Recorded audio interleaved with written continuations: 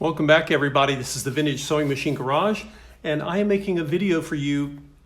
I promised to make a video to talk about these two 201s, the pretty one and the kind of rough looking one. But I want to talk to you today about what it means for a machine to be made in the United Kingdom, and why anytime you have in this case, these are 201Ks, they both look the same, they both pretty much are the same, but there are some differences that are important to note, okay? So, the machine with the rougher finish that I was showing you in an earlier video, if I posted that, is this model. And if you look at it, it is a model that was made in the United Kingdom factory, the factory in Scotland that Singer had. And of course it was shipped to Canada, and then it was outfitted with motor and electricals here. And this is true for a lot of machines that came from many different countries. And if you look closely, you'll notice that the motor says, what does it say? St. John's, which is here in Canada, and it was made in Canada, right?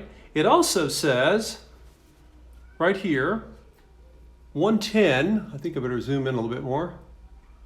It says 110 to 120 volts, okay? And that, of course, is the North American voltage standard. Now, I bought a machine, the other one, the one that has the pretty finish, and I will show it to you. And it has a serial number that says it too was made in the Scotland Singer factory, right? And you think, oh, okay, well, it should be ready to go. Well, when I bought it, the seller told me that they got it out of a storage building, and that had belonged to someone who had immigrated from Scotland.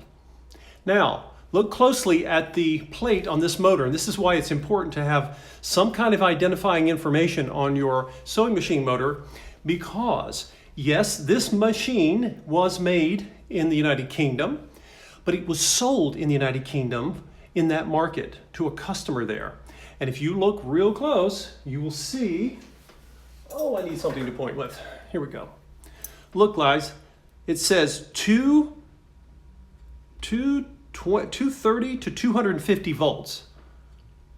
Now, that if I were to plug this in a North American residential outlet, it would pull way too much voltage and could end up potentially damaging my home system, or certainly tripping one of the breakers. So what does that mean? It means anytime you get a sewing machine, just have a look, especially when you know it was made in another country. Like I say, almost always it has been shipped here for this market, but there are people who bring machines when they immigrate.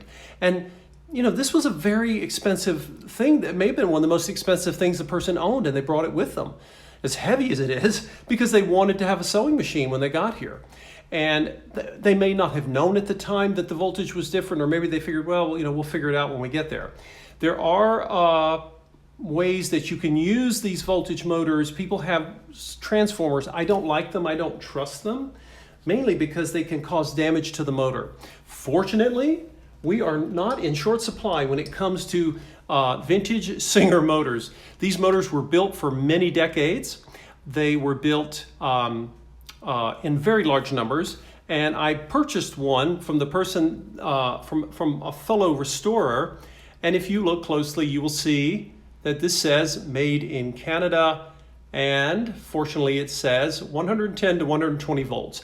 So this motor, and it has the terminal came with it, right? I will be able to swap out the British motor, and then I will be replacing it with the American or the North American motor, because thankfully the rest of this machine, this beauty that came from a Scottish owner that they brought with them, it has, other than that, the machine is identical. And the bracket that I have will bolt right up here, just like this one does. That's one of the things I love about Singers and restoring them. The compatibility of parts is probably unparalleled from any other brand, just because of the way Singer set up their manufacturing. So there you go, folks. Something to always check anytime you get a sewing machine. If you're in North America, you need to see the 110 to 120 voltage classification because that's how our electrical system works. The electric systems of many other countries work differently and they have different voltages. And some of you may have ordered machines from the United Kingdom or somewhere in Europe, Singer 222 models, for example, and they can be converted with North American motors. And that's something I highly recommend that you do before you ever try to use them, and you definitely don't want to plug in anything that has a non-North American voltage motor to try to use it here. Again, some people will buy transformers to convert the voltage.